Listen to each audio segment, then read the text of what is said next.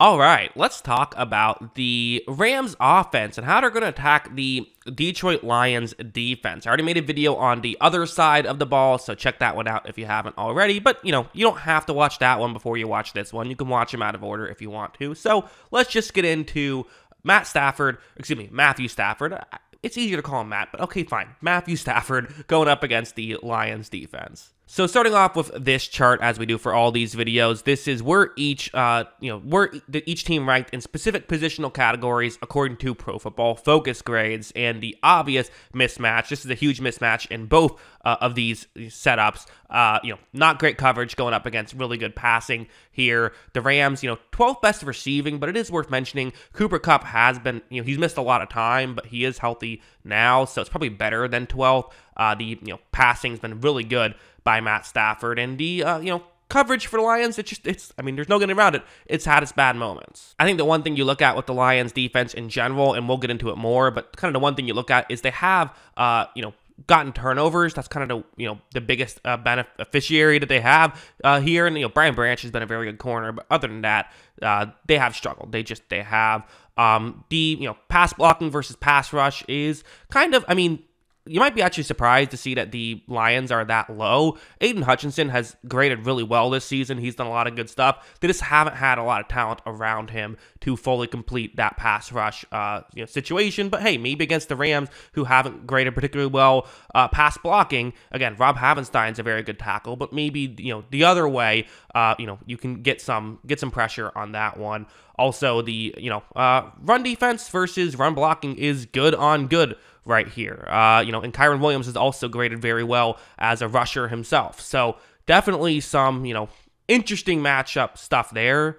You look at the Rams, they do like to run the ball. You look at, it's the top bar, that's the one to look at, 2% more than average running wise. So again, it's actually pass frequency over expected, which is -2. Gets a little confusing, but they run the ball a little bit more. Nothing crazy, but these are two teams that probably should be passing the ball a lot in this game, that both like to establish a run. And the team that wins this game, it might be the team that just doesn't try to do that as much and knows that throwing the ball down the field is the key way to winning this one. And let's get into some film. In the last video, I talked a bit about how I do think it is a good matchup for the Lions offense against this Rams defense. A lot of what, you see that the Rams are capable of getting beat at is what the Lions like to do. But oh my God, it's even more significant in this one. The Lions just really struggle at these types of concepts. You have two Packers players running a deep route, running deep routes down the middle. You then have A.J. Dillon kind of running underneath. Watch as One Love takes the snap. He is going to eventually, flips the ball or looks towards A.J. Dillon. Doesn't love what he sees down the field, so sees A.J. Dillon, and really no one's picked him up right here. This is not great defense by the Lions, which it's not that difficult of a concept, quite frankly.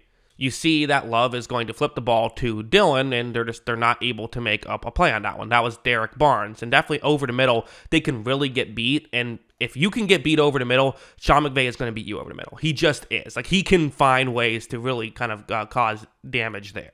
Like this one's another one. It's a zone coverage concept. This little route right here where, simple concept, right? Receiver runs a deep shot, could get the corner who's in that area of the field further deep. You then have another receiver kind of run underneath. And watch as When Love takes the snap. You see just how open Christian Watson is on this play. Again, he's not open far down the field or anything, but still, on a 1st down and 10, you don't want to just give him the football. And if you can get these sort of, easy 5-yard gains, the Rams will take them. You're going to see Jordan Love, makes the throw and gets Watson the football there. And going over to what the Rams do, this is what the Rams are constantly trying to do, right? This is in man coverage, not zone, so a little bit different type of situation. But you see how far off the corner is playing.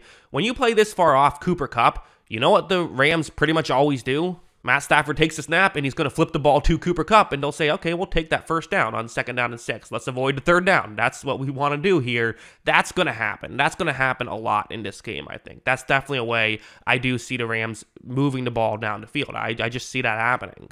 And also something like this, it's going to be, so for the Ravens, it's a zone coverage concept. And the way this play is really designed is to hopefully get Cooper Kupp one-on-one against a linebacker. The Rams are going to try and do that stuff. And again, if you have Derek Barnes or Alex Anzalone, who aren't bad players, but they're just not great players, and if you have them trying to be in coverage against Cooper Kupp, I mean, that's not happening.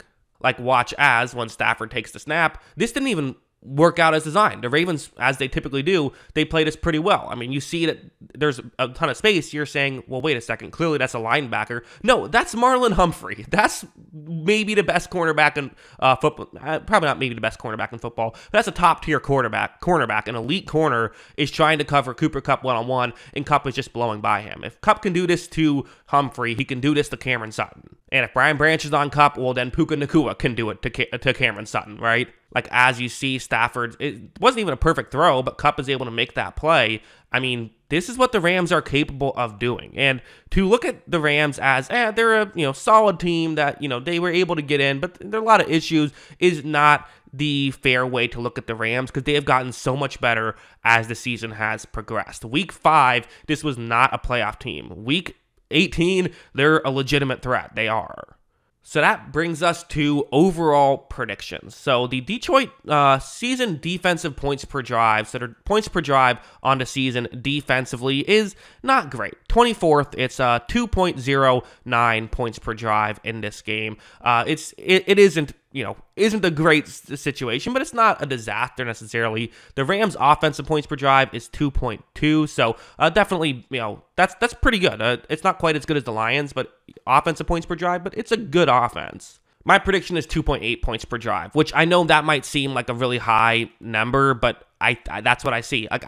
This feels like a matchup nightmare for the Lions. I like the Lions. I think the Lions are a good team, and I think that if the Lions can get past this game, I think they can go on a deep run. I really do. I think they have that potential, but there's kind of a clear weakness I see in the Lions, which is their coverage, and the Rams are basically designed to rip apart a team like that. I think that, to me, this game is going to come down to two key factors, because again, predictions are predictions.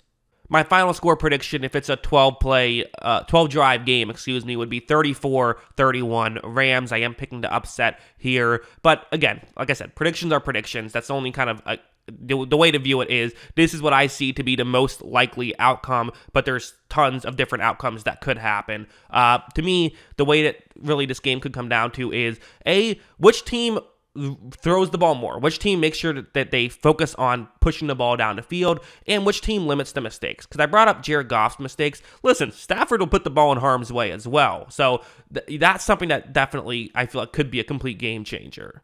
But quite frankly, 2 years ago, I saw Matt Stafford run through the entire NFC and then beat the Bengals in the Super Bowl. He's someone who I do trust to get hot at the right time. I think the Rams do have the better quarterback, even if Goff was graded better PFF-wise this season. It actually wasn't. It was actually pretty close. And actually, I'm looking at it. I'm wrong. Actually, Stafford was Goff was better just pure throwing wise. When you factor in the other stuff, Stafford had a slightly better grade. So there you go. I do think that Stafford is a slightly better quarterback than Goff, and I do kind of just trust him more in this situation. And I think it's a bad matchup for the Lions. Could I be wrong? Yeah, of course. But that is my prediction. What is yours? Let me know in the comments below. Always love hearing from you. And of course, as always, thanks for watching.